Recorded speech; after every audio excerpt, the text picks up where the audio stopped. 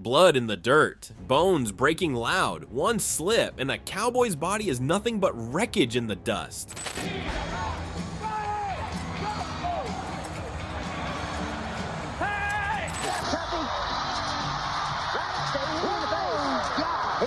Here we go.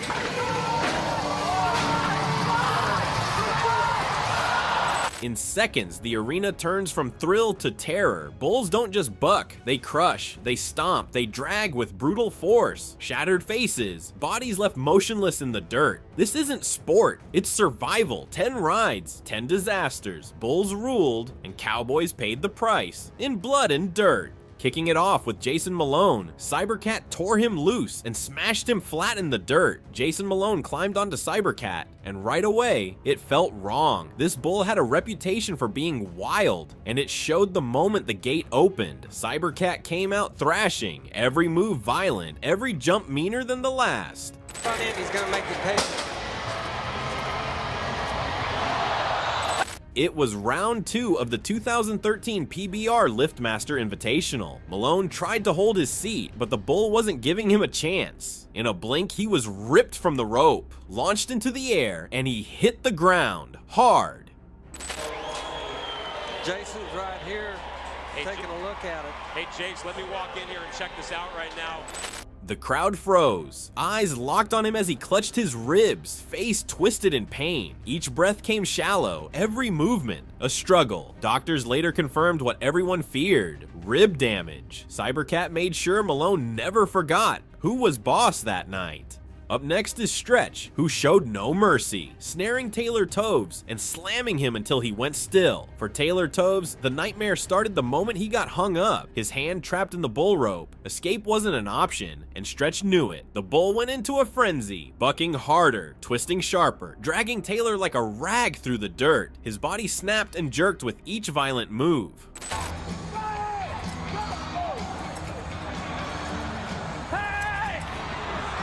When he hit the dirt, he didn't move. The silence that followed was heavier than the roar of any crowd.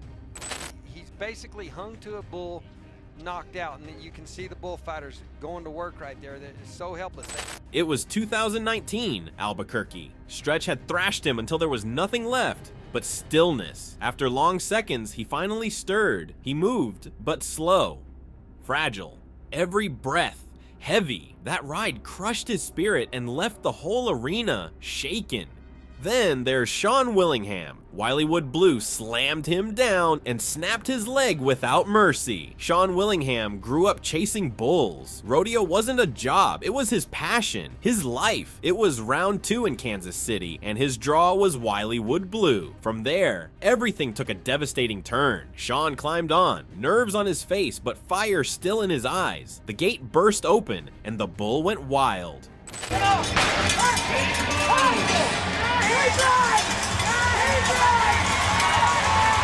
Sean held tight, fighting with everything he had. The clock ticked close. 7 seconds, maybe more. But then Wileywood Blue erupted. Sean hit the dirt hard, and before he could crawl away, the bull stomped down. Oh, boy! The crack of bones told the story. Tibia and fibula broken. He limped off, pain heavy in every step. But Wileywood Blue wasn't done. He lunged back, hooves and horns flying. Bullfighters dove in, dragging Sean clear. One more stomp, and it could have been over. If you thought the last ride was rough, Tiago Salgado's wreck on Pegasus was pure destruction. Tiago Salgado climbed onto Pegasus full of fire, ready to take it all. The crowd roared, the gate flew open, and for a moment, it looked like he was in control. The bull bucked, twisted, fought, but Salgado stayed locked in, hand tight, body snapping with every violent jolt. The seconds ticked by, 7 down, 1 to go. He was right there, but then came the wreck.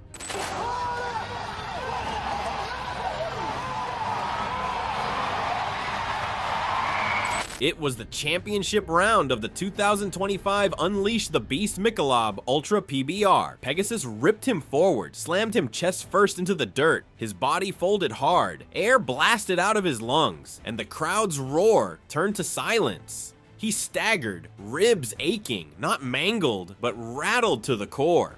That is given young Thiago Salgado the #1 slot. And just like that, in 1 second, the victory was gone, and his pride shattered in the dirt.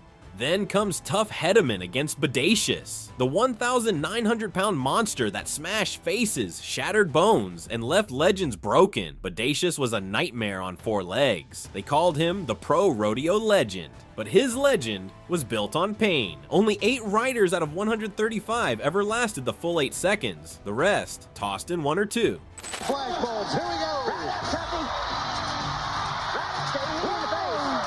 He's knocked out, open.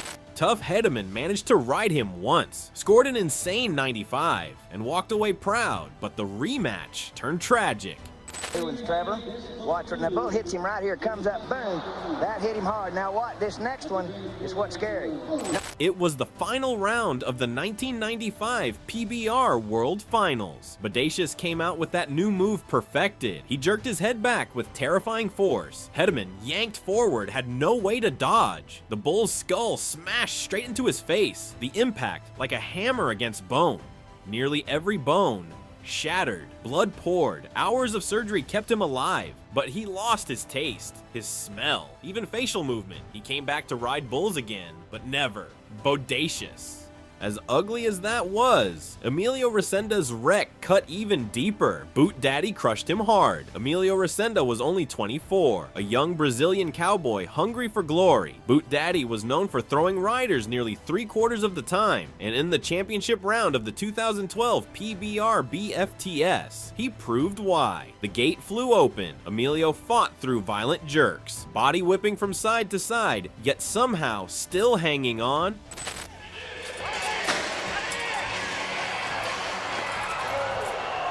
Then it happened. The bull twisted with raw power, and Emilio slammed down hard on his neck and shoulders. The crowd gasped, but the nightmare wasn't over. His boot caught in the bull rope. Now he was trapped, helpless. Take a jump and go to the left. Here he goes out a couple and then goes back to the right.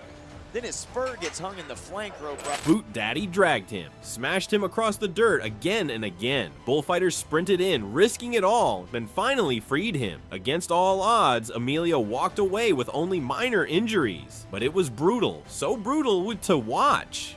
And if you think the last wreck was devastating, Derek Kolbaba's close call was pure carnage. Derek Kolbaba blasted out of the gate, only to be ripped apart in seconds. The bull named Show Me yanked him forward, ripped him out of position before he could even adjust.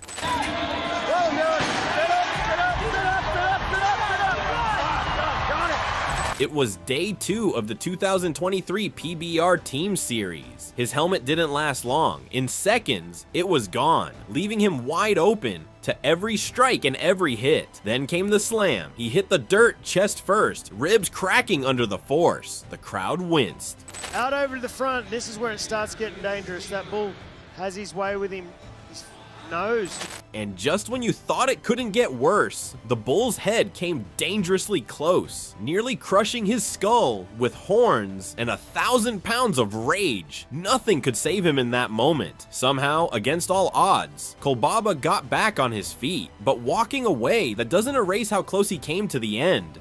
Coming up next is Jerome Davis. Knock him out, John launched him head first, crushed his neck, and left him paralyzed for life. Jerome Davis was the guy every cowboy wanted to be in 1995, world champ. But 3 years later, the Fort Worth Rodeo changed everything. He drew a bull with a wicked name. Knock him out, John. Oh, Cotton Ross are doing a great job. Come on now, look at this little bitty bull. He's got Jerome going down in the well. He whopped him. He might be knocked out. Get on your feet. The ride started clean, nothing crazy. Then, 5 seconds in, the bull launched him, jerked him down hard, snapped him forward, and flung him headfirst into the dirt with bone-crushing force. Jerome's neck twisted violently under the impact. Get on your feet, Jerome. Oh, man. Poor Danny's down. At the hospital, the news crushed harder than the bull. 2 vertebrae, gone. Surgery couldn't fix what was lost. And just like that, Jerome was paralyzed from the chest down. Then Bo Schroeder was launched high, knocked out cold, and crushed as his chest gave way. March 2013, Fort Mojave Classic. The crowd was loud, the bull was massive, and Bo Schroeder was ready. The gate flew open. At first he looked solid, gripping hard, moving with the beast. Then in a flash, he was airborne. The bull launched him like a carcass, tossed in the wind. He hit the dirt so hard, he went out cold on impact. Before anyone could move, the bull came back down on him, stomping his chest with crushing force. Ribs shattered, a lung punctured. Bo couldn't breathe. Fort Mojave Extreme Bull Riding event this past Sunday. Now, Schroeder suffered 2 collapsed lungs and a torn trachea and had to be flown to the University Medical. Bullfighters jumped in fast, pulling him clear before it turned deadly. He was rushed to the hospital. Weeks of surgery, weeks of recovery. And later, in the interviews, he treated the whole thing like another day at work. Madness or grit? You decide. In the end, Mike's motive unleashed hell, numb-pounding Brady Fielder into the dirt for the last wreck. Brady Fielder drew Mike's motive, even the name carried weight. The bull stormed out with raw power, but Brady held his ground. The first few jumps, he looked in control, chest out, legs steady. Then the bull shifted, twisting with brutal force. In an instant, Brady was ripped down, slammed into the dirt. Here we go.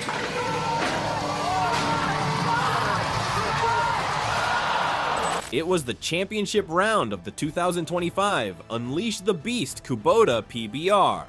The full weight of Mike's motive came crashing down, crushing his body into the arena floor. Gasps filled the stands. People knew what they'd just witnessed was violent, raw. The fan, and just being able to regather yourself when the bull hits the ground like that. Oof. The pain was obvious in every movement, his body refusing to cooperate after the hit. The crowd stayed frozen. That's bull riding. Glory 1 second, disaster the next. Which one of these wrecks made your stomach drop? Throw it in the comments. We want to hear every bone-breaking story. And if this kind of carnage keeps you hooked, hit that like button. Stick around, because the next wreck might be even uglier.